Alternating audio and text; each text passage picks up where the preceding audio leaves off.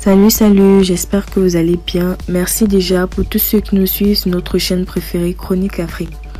Aujourd'hui, on se tape une nouvelle information du côté du Mali.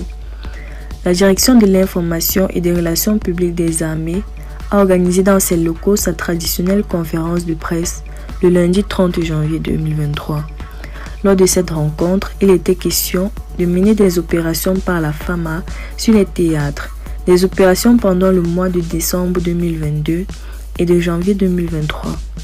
À travers cette rencontre avec les hommes de médias, la population est informée sur les réalités des théâtres, des opérations et des succès menés par son armée.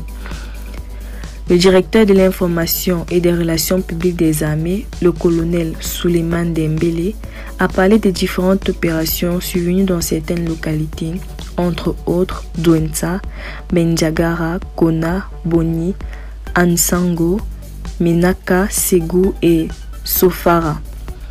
Le colonel Dembélé a indiqué que durant les 2 mois, les femmes ont effectué 62 offensives, dont 22 opérations aéroportées, 20 missions de reconnaissance offensive, 17 missions de frappe aérienne, 3 opérations de frappe d'artillerie.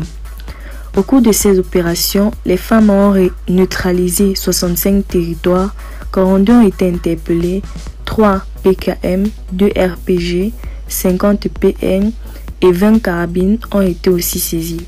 5 véhicules et 34 motos récupérés, 22 bases terroristes et 13 engins explosifs. Un provision ont également été détruits. Aussi, 800 têtes de bœufs, 70 sacs de 100 kg de riz récupérés.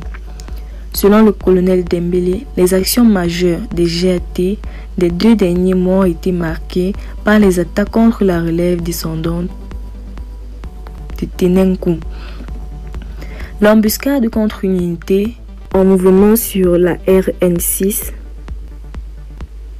et l'attaque contre une unité à Yorosso. Pour le colonel Souleymane Dembélé, les forces armées maliennes appellent une fois de plus à la vigilance et à la retenue contre les veillées propagangistes d'intoxication et de désinformation de certains médias, et que la FAMA s'inscrive dans le respect strict de l'accord pour la paix et la réconciliation issu du processus d'Alger, des droits de l'homme et du droit international humanitaire. Pour terminer, le colonel Souleymane a parlé des récentes activités des FAMA, notamment la remise des aéronefs à l'armée de l'air par le président de transition, les vœux des autorités militaires au président de la transition, la remise des chèques géants aux familles des militaires décédés et des médailles au personnel méritant des armes et des services. Forces armées maliennes